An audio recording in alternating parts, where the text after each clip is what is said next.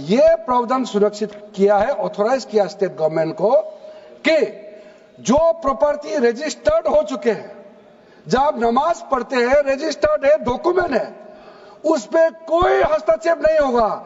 ये कानून प्रोस्पेक्टिव है, रेट्रोस्पेक्टिव नहीं है।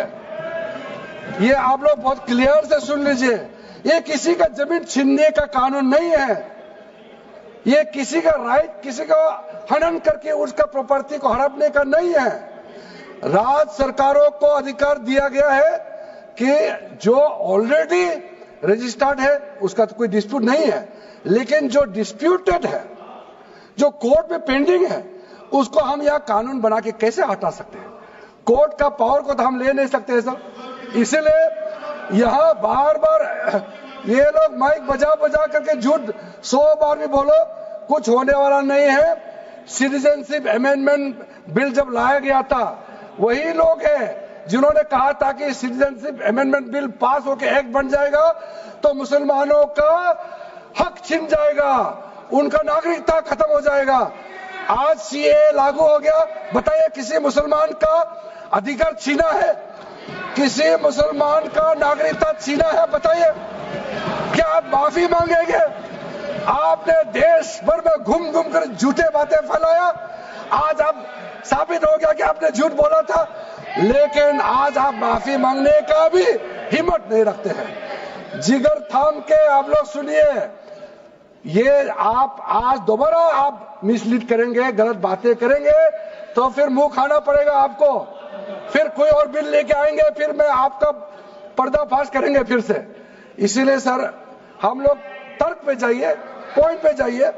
इसलिए दूसरा, महिलाओं के लिए अध्यक्ष महोदय जी, क्योंकि फैमिली में पुरुष महिला सब होते हैं, तो इसमें हमने एक सिंपल प्रावधान रखा है कि एक कोई भी मुसलमान जब वर्क क्रिएट करता है, सबसे पहले उस परिवार में जो महिला का अधिकार है उसको सुरक्षित करके ही आप वर्क क्रिएट कर सकते हैं। नहीं तो पहले ऐसे होता था, वर्क क्रिएट कर दिया, आपका बच्चों का अधिकार खत्म हो गया, महिला का अधिकार खत्म हो गया। आप वर्क उसी प्रॉपर्टी को क्रिएट कर सकते हैं जो आपका हकदार है, जो आपका 100% हिस्सा है, उसी को ही आप वर्क क्रिएट कर सकता है। बच्चों का और महिला का अधिकार नहीं छीन सकता है। ये बहुत बड़ा रिफॉर्म है।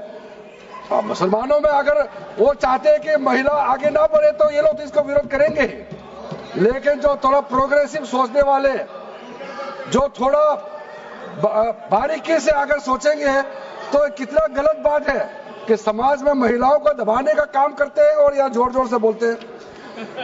अध्यक्ष महोदय जी, सारा मैनेजमेंट जो सरकार का जमीन या प्राइवेट का जो जमीन है, इसका कलेक्टर को इन्होंने कमेटी के माध्यम से सुझाव किया है कि हर चीज कलेक्टर को क्यों ऑथोराइज किया गया है। तो कमेटी के बात को माना है कि कलेक्टर से ऊपर कोई भी अधिकारी, कलेक्टर से ऊपर जो अधिकारी है वो देखेंगे सरकारी जमीन और कोई डिस्प्यूट है वक्फ बोर्ड के साथ या किसी मुतावली के साथ डिस्प्यूट है, उसका जांच कलेक्टर के ऊपर अधिकारी करेंगे। ये कमेटी ने सुझाव दिया था और उसी को मान करके आज इस सदन में पेश किया जा रहा है। एक महत्वपूर्ण सुझाव हम लेके आ रहे हैं, अमेंडमेंट लेके आ रहे हैं, इसमें मैं मानता हूं कोई विरोध नहीं करेगा। ये इसमें शुरू में छूट गया था, मैं सर खुले दिल से आपको कहना चाहता हूं, लेकिन बहुत सोच समझ के साथ ये प्रावधान अमेंडमेंट हम लेके आ रहे हैं कि जब आप वक्फ प्रॉपर्टी क्रिएट करेंगे तो ऐसा नहीं होना चाहिए कि आप ट्राइबल एरिया में जाकर के आदिवासी का जमीन को आप वक्फ क्रिएट कर दें, ये नहीं होना चाहिए। इसलिए हमारा देश के आदिवासियों का संरक्षण को ध्यान में रखते हुए शेड्यूल 5 और शेड्यूल 6 में आप वक्फ प्रॉपर्टी क्रिएट नहीं कर सकते हैं। ये एक महत्वपूर्ण अमेंडमेंट लेके आया है। डिटेल में अब आगे अध्यक्ष महोदय आपको मैं बताऊंगा। वक्फ ट्राइब्यूनल के बारे में सर मैं संक्षेप में, अभी फ्लोर खुलने वाले हैं, मैं आपके हाथ फ्लोर छोड़ने वाले हैं, तो मेरा जो वाइंड अप को आप ध्यान से सुन लीजिए। जो ट्राइब्यूनल है, ट्राइब्यूनल में 2 मेंबर का हमने प्रस्ताव रखा था, तो कमेटी ने कहा कि 2 मेंबर ठीक नहीं है, इसमें 3 मेंबर होना चाहिए। ये प्रस्ताव भी मंजूर किया गया है। तो वक्त ट्राइब्यूनल में 3 मेंबर होगा फिक्स टेन्योर का साथ, और उसमें आज टोटल लिटिगेंट्स 14,417 केसेस है। आप सोच के देखिए, तो ट्राइब्यूनल में जल्दी जल्दी केस डिस्पोज हो, 3 मेंबर्स का ट्राइब्यूनल बनाया गया है। उसके बाद में उसका टेन्योर को फिक्स किया गया है।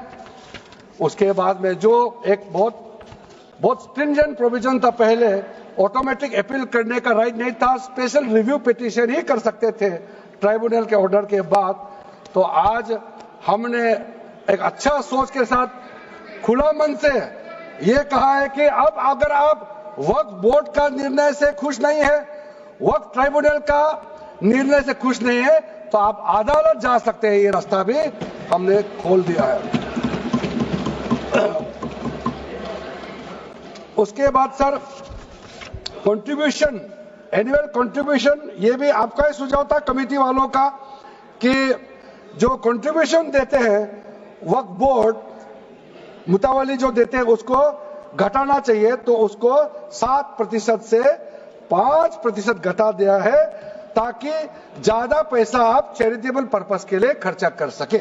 तो अच्छा जो प्रॉपर्टी मैनेज करता है वो तो सरकार को शाबाशी देंगे।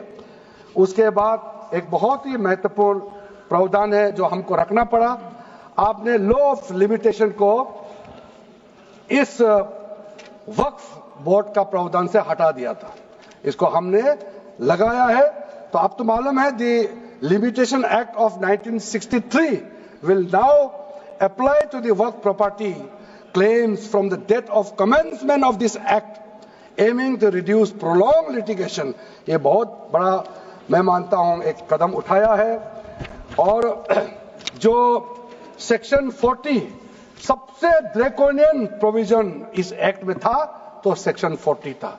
सेक्शन 40 के तहत वक्फ बोर्ड, आप लोग बार बार कहते हैं ना, ये ऐसा नहीं है, ऐसा ही है। सेक्शन 40 में किसी भी जमीन को आप वक्फ प्रॉपर्टी डिक्लेयर कर देता था, वो प्रॉपर्टी को हमने हटा दिया है। वो कोई भी जमीन को वक्फ प्रॉपर्टी डिक्लेयर करके फिर किसी गरीब के लिए नहीं करना है। वो लोग, कुछ लोग, चंद लोग अपने के लिए, अपने फायदा के लिए इस्तेमाल करते हैं। ओवैसी मैं तो नाम नहीं लूंगा, लेकिन सर ये प्रावधान को इतना मिसयूज हुआ, इसलिए तो इतना लाखों प्रॉपर्टी की संख्या बढ़ गई। अब किसी प्रॉपर्टी को कैसे आप क्लेम कर सकते हैं? इसलिए इस सेक्शन 40 की वजह से, अध्यक्ष महोदय जी, इस सेक्शन 40 की वजह से कई मुद्दे इस देश में आया है। आज पूरा हमारा देश का क्रिश्चियन कम्युनिटी, जो कैथोलिक चर्च काउंसिल के लोग, भारत चर्च ग्रुप के लोग, केरला में हो या देश भर में, आज पुकार के क्यों कह रहा है कि वक्त संशोधन बिल जल्दी पारित होना चाहिए। वो इसीलिए कि सेक्शन 40 का मिसयूज होता था। सर आप सोचिए, केरला का एमपी, तमिलनाडु का एमपी लोग, तो सोचिए अगर आपने गलती से इस बिल का विरोध कर दिया तो आप क्या विरोध झेलना पड़ेगा बाहर में, आप कल्पना कीजिएगा। अभी से आप सोचिए, मैंने पिछली बार भी बताया सुरेंद्रेश्वर टेम्पल के बारे में, तो आपको बताया जब बाकी कोई धर्म ही नहीं था तब ये सुरेंद्रेश्वर टेम्पल था। तिरुचेंदुराई विलेज तमिलनाडु में, उसको वक्त डिक्लेयर करने के बाद कर्नाटका में तो हजारों एकड़ का इशू है। फिर सर हरियाणा में जतलाना विलेज, यमुनानगर में सिख गुरुद्वारा का जो जमीन है, कभी वहां मस्जिद भी नहीं था, कभी वहां मुस्लिम का सेटलमेंट का भी रिकॉर्ड नहीं था, उसको भी वक्फ डिक्लेयर कर दिया था। उसी प्रकार से केरला का मनम्बम का जो इशू है, वो तो अभी सब जान ही रहा है कि 600 क्रिश्चियन फैमिलीज का जो जमीन को वक्फ बोर्ड ने वक्फ डिक्लेयर कर दिया है, चर्च का भी कर दिया, और आगे जाने का रास्ता भी बंद कर दिया था। अगर हम ये बिल पारित कर दिया, उसका अपना जमीन वापस मिल जाएंगे गरीबों का, किसानों का। ऐसे चीजों में आप लोग भी समर्थन करना चाहिए। मैं तो मानता हूं कि अभी भी देर नहीं हुआ, अभी भी आप जिद पे राजनीतिकरण करके आप अड़े रहे, आप मुश्किल में फंसने वाले हैं। विशेष करके हमारे कांग्रेस वालों को मैं कहना चाहता हूं, और बाकी हमारे साथी दल है, कांग्रेस के झांसे में ना आए, आपको भी डुबा देंगे ये लोग। इस बिल को विरोध करके बहुत बड़ा नुकसान होने वाला है। आप ध्यान से सुनिए अध्यक्ष महोदय। इसलिए अंत में सर, क्योंकि मैंने कहा है कि मैं आखिर में जवाब दूंगा, तो हम लोग आगे भी इस पार्लियामेंट को भी वक्त डिक्लेयर ना कर दे, हम लोग आराम से भविष्य के लिए और अच्छा काम करें। मैंने पॉजिटिव बात में अपना बात को रखा है। अंत में मैं अपील करके अपना बात को समाप्त करना चाहता हूं। इसी लाइन के साथ मेरी हिम्मत को तो सराहो। देखिए मैं कितना हिम्मत के साथ बोल रहा हूं। मेरे हिम्मत को तो सराहो, मेरे हमराही बनो। मैंने एक शम्मा जलाई है हवाओं के खिलाफ। आप लोग जब इस बिल को समर्थन करेंगे, हमारे वरिष्ठ नेता सब सदन में बैठे हम लोग सुन रहे हैं, मैं अपने आप को बहुत भाग्यवान मानता हूं, मैं भाग्यशाली हूं।